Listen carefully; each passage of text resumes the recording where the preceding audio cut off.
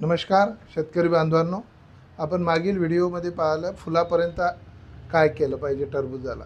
तर टरबूज नियोजनाला आपण कंटिन्यू करू. आपण शॉर्टमध्ये घेऊ. मागं काय पाहिलं आपण की बेसल डोस काय द्यायचा, त्याच्यामध्ये आपण बेसल डोस सांगितलेला आहे त्या व्हिडिओमध्ये. आणि नंतर आपण सांगितलेले लागवड झाल्यानंतर इमिजिएट आपण रेडी फॉर्म आणि व्हॅम एच डी आणि बायोहर्ज द्या. त्याच्यानंतर सांगितलं होतं की आपण जरासा सेंडा निघाला त्याला व्यवस्थित लागलं ते झाड की तुम्ही मग विवा 2 लिटर आणि मास्टर 20-20 5 ते 10 किलो एकरी द्यायचं. आणि फुलामध्ये आल्यानंतर कॅल्बेटसी बोरोप्लस द्यायचं. ह्या गोष्टी आपण मागील व्हिडिओमध्ये क्लिअर केल्या. त्यानंतर आपण मागील व्हिडिओमध्ये सांगितलं होतं फुलात येईपर्यंत आपण पाण्याचं नियोजन व्यवस्थित केलं पाहिजे, पाणी जास्त नाही दिलं पाहिजे. या इथपर्यंत आपण गोष्टी मागील व्हिडिओमध्ये कवर केल्या. आता फुलानंतर काय करायचं. सर्वात महत्त्वाचं मित्रांनो, फुलामध्ये शक्यतो फवारणी टाळायची. केमिकल कीटकनाशक, केमिकल बुरशीनाशक याची न्यूट्रिशनच्या फवारण्या घेतल्या तर चालेल. का? कारण फुलामध्ये परागीकरणाची खूप मोठी आवश्यकता असते. जर शक्य झालं तर फुलामध्ये आपण संध्याकाळच्या टायमाला आणि चांगली जमिनीत ओलावा असताना बी मॅक्स एकरी 1 किलो या प्रमाणात जर फवारलं तर बी मॅक्समुळं काय होणार, मधमाशाचं खाद्य तुमच्या फुलावर राहणार आणि त्यामुळे तुमच्या मधमाशा तिथनं स्प्रेड होणार, खाण्याकरता येणार आणि आपलं परागीकरण करून जाणार. त्याचा एक बऱ्यापैकी आपल्याला फायदा होईल. कारण परागीकरण व्यवस्थित नाही झालं तर आपले फळं भोपळ्यासारखे होतात, लंबुळे होत नाहीत. मग ती एक आपण काळजी घ्यायची. नंतर दुसरी महत्त्वाची गोष्ट मित्रांनो, फुलामध्ये तुम्ही पाणी थोडंसं वाढवू शकता. परंतु पाणी वाढवण्याची पद्धत एक लक्षात घ्या, एकदम वाढवायचं नाही आणि एकदम कमी पण नाही करायचं. जास्त म्हणजे एक वाढवायचं असलं तर 5 ते 7-10 मिनिटांनी वाढवा आणि कमी करायचं असलं तरी 5 ते 10 मिनिटांनी कमी करा. कधी अर्ध्या घंटानं वाढवलं, अर्ध्या घंटानं कमी केलं, असं करू नका. दुसरं एक पाण्याच्या नियोजनामध्ये लक्षात घ्यायचं, पाण्याचं नियोजन करत असताना पाण्याचा एक टायमिंग ठेवा. एक तर सकाळी द्या, दुपारी द्या, संध्याकाळी द्या, कुठल्याही एका टायमिंगला द्या. म्हणजे झाड त्या पद्धतीनं स्वतःला ॲडजस्ट करत असते. ह्या बारकावे जे आहेत हे लक्षात घेतले पाहिजे आपण.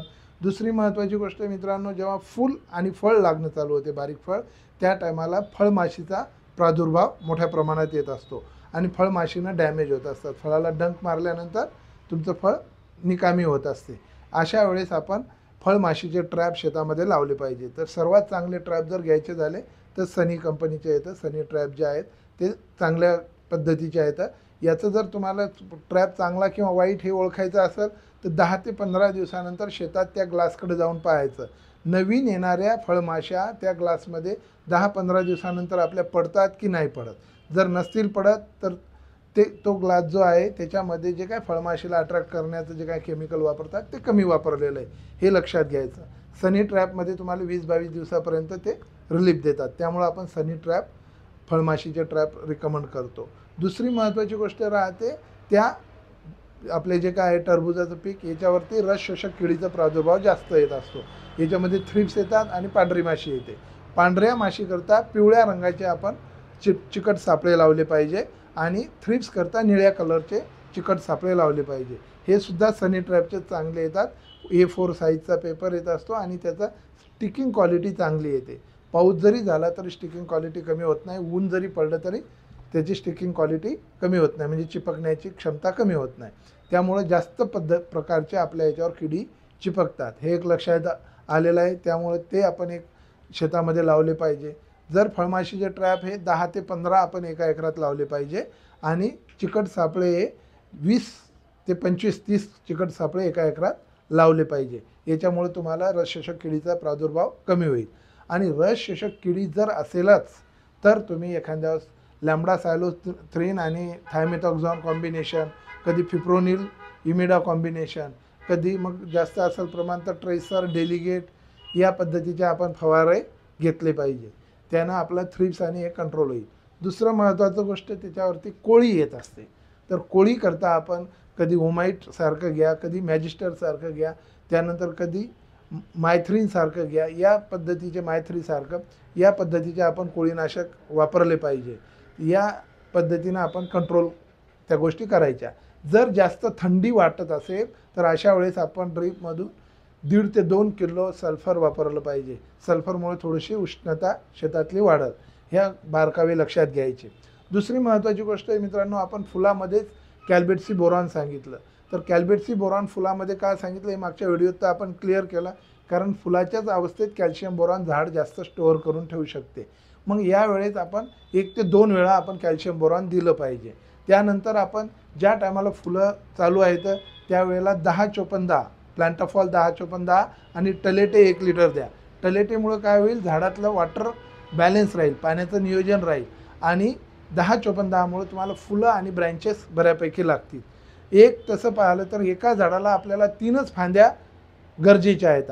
त्यातली जर कमजोर जर तुम्ही व्यवस्थित मशागत करणारे असणार, काळजी घेणारे असणार तर 3 फांद्यापैकी ज्या 3 फांद्या स्ट्रॉंग येतात त्या आपण ठेवल्या पाहिजे आणि ज्या कमजोर फांद्या येतात त्या काढून टाकल्या पाहिजे. एक लक्षात घ्यायचं. दुसरं, एका फांदीला एकच फळ जर आपण ठेवलं, 3 फांद्याला 3 फळ म्हणजे एका झाडाला 3 फळं, तर आपल्याला बऱ्यापैकी उत्पन्न मिळत असते. एका फांदीला 1 फळ लागल्यानंतर त्या फांदीचा शेंडा खुलला तर तुम्हाला अजून उत्पन्न जर तुम्ही करणारे असणार. शेवटी हे सर्व इंटरेस्टवरती अवलंबून राहते आणि तुमच्या मेहनतीवर अवलंबून राहते. जर करणारे असाल तर हे केलं तर तुमचं यील्ड बऱ्यापैकी वाढत असते. ह्या एक गोष्टी लक्षात घ्यायच्या. त्यानंतर आपल्या फळाची जे काय आहे साईज थोडीशी अजून वाढवण्यासाठी एक वेळा अजून या टायमाला कॅल्शियम बोरॉन आपण वापरायचं. मग त्या टायमाला आपण कॅल्शियम नायट्रेट 10 किलो आणि बोरॉन 1 किलो या पद्धतीने वापरलं तरी चालेल. त्यानंतर आपण फळामध्ये जे काय गर आहे तो वाढवण्यासाठी आपण 10 जे काय आपण सुरुवातीला 10-14-10 तर दिलं, त्यानं ब्रँचेस आणि फुलं वाढले. नंतर आपण 0-37-37 प्लांटाफॉल हे वापरा किंवा 0-52-34 वापरा, जे काय आपल्या बजेटनुसार आपण वापरलं पाहिजे. त्यामध्ये आपण रिअल स्टिक अर्धा किलोपर्यंत आपण वापरलं पाहिजे. त्यामुळं काय होईल, तुमच्या फळामधला गर मोठ्या प्रमाणात वाढत आणि फळाची साईज थोडीशी वाढायला मदत होईल.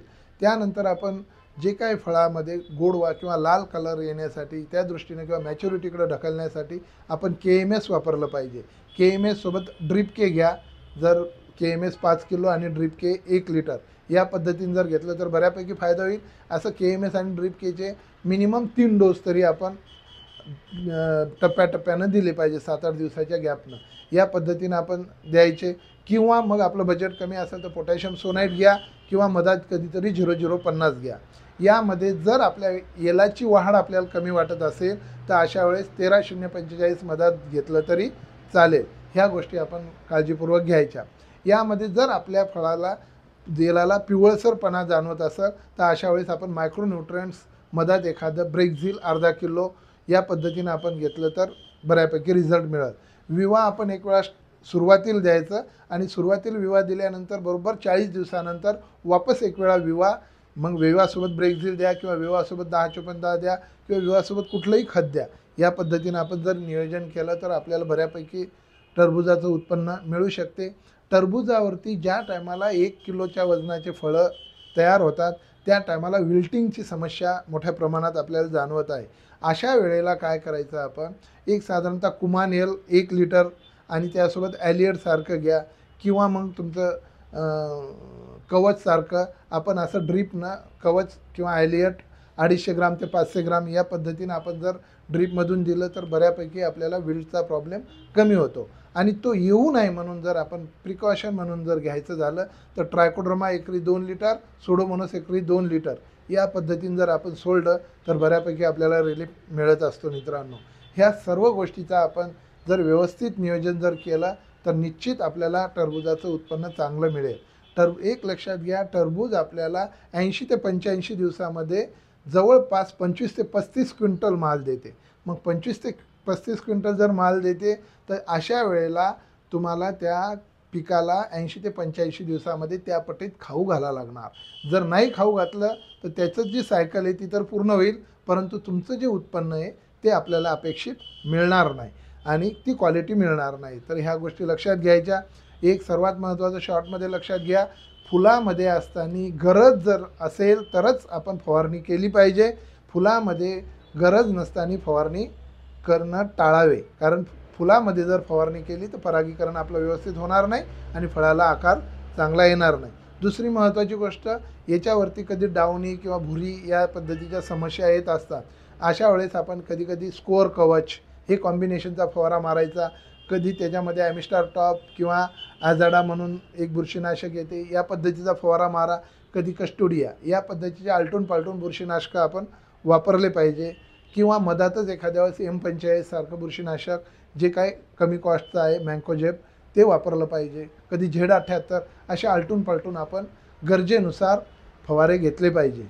बाकी जर तुम्हाला काही या पिकाबद्दल समस्या असतील तर नक्की कमेंट बॉक्समध्ये टाका.